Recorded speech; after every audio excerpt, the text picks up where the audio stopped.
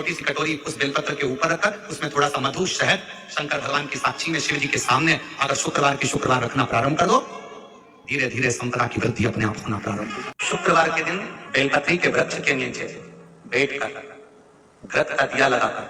शरीर में जो रोग है उसका स्मरण कर शंकर जी से विनय कर, हे भोलेनाथ, आपने शुक्र देवता को संजीवनी मंत्र दिया है, तो क्या आप मेरे को वो मंत्र प्रदान नहीं करोगे? मेरे रोग, मेरी बीमारी, मेरे दुख को आप नहीं हरोगे? शिव से कहो, ये शरीर आपने दिया है और भजन करने के लिए दिया है, स्मरण करने के लिए दिया है, कीर्तन करने के लिए दिया है, तो संभालोगे भी आप। और बेलपत्री की ओर मुख कर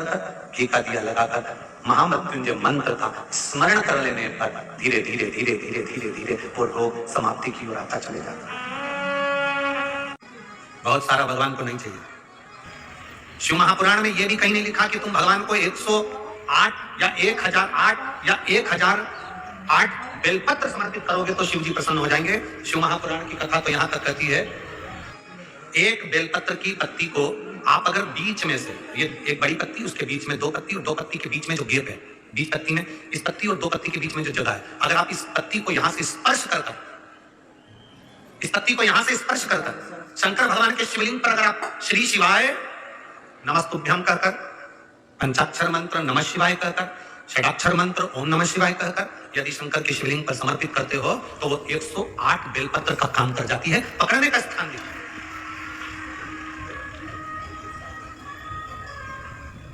ये स्थान की बड़ी मूलता है, थोड़ा सा समझेंगे अपन, थोड़ा ध्यान देंगे तो ये जो ये स्थान है ये बड़ा मूल माना गया।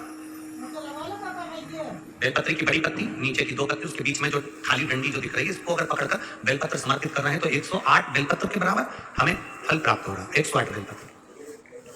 और समझिए, मान लो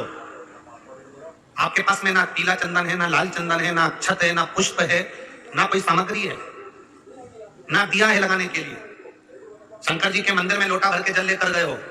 आज तुम्हारे पास में हो सकता है जल भी नहीं है, लोटा भी नहीं है, तो जिस शंकर जी का दर्शन करने गए हो उन्हीं की बेलपत्र को उठाओ और बेलपत्र को उठाने के बाद पहले अपने हथेली पर रखो, अपना हाथ रखकर बाबा से प्रार्थना कर बेलपत्री की मध्य पत्री, आगे वाली पत्ती को पकड़कर अगर वो बेलपत्र हम शिव जी को समर्पित करते हैं तो हमारा पीला चंदन, लाल चंदन, दिया सब बाबा को समर्पित हो जाता है उस बेलपत्री में। एक बेलपत्री का सुख हमारे जीवन का एक आनंद दे देता है। हम तो यहाँ तक कहेंगे, अगर कभी जिंदगी में तुम्हें लगे कि गुरुजी मेरा पैसा फंस गया, नहीं मिल रहा है, या मेरा पैसा अटक गया, नहीं मिल रहा है, या मेरा घर में धन नहीं है, बहुत तकलीफ की जिंदगी चल रही है, आप ये बेलपत्री का जो 2 पत्ती है ना, ये 2 पत्ती इस जगह से पकड़कर, आपको लग रहा है कि पैसा नहीं है, काम बहुत बड़ा रहा है, बेटे की शादी, बेटी की शादी, या मकान या दुकान, कोई काम अड़ गया, ये 2 बेलपत्री की पत्तियों को पकड़कर अपनी कामना कर शिव जी को समर्पित करो और 1 लोटा जल बाबा को चढ़ाना प्रारंभ करो। 20 से 22 दिन इंतजार करना, मेरा बाबा हाथ पकड़कर कुबेर भंडारी भंडार जरूर करेगा।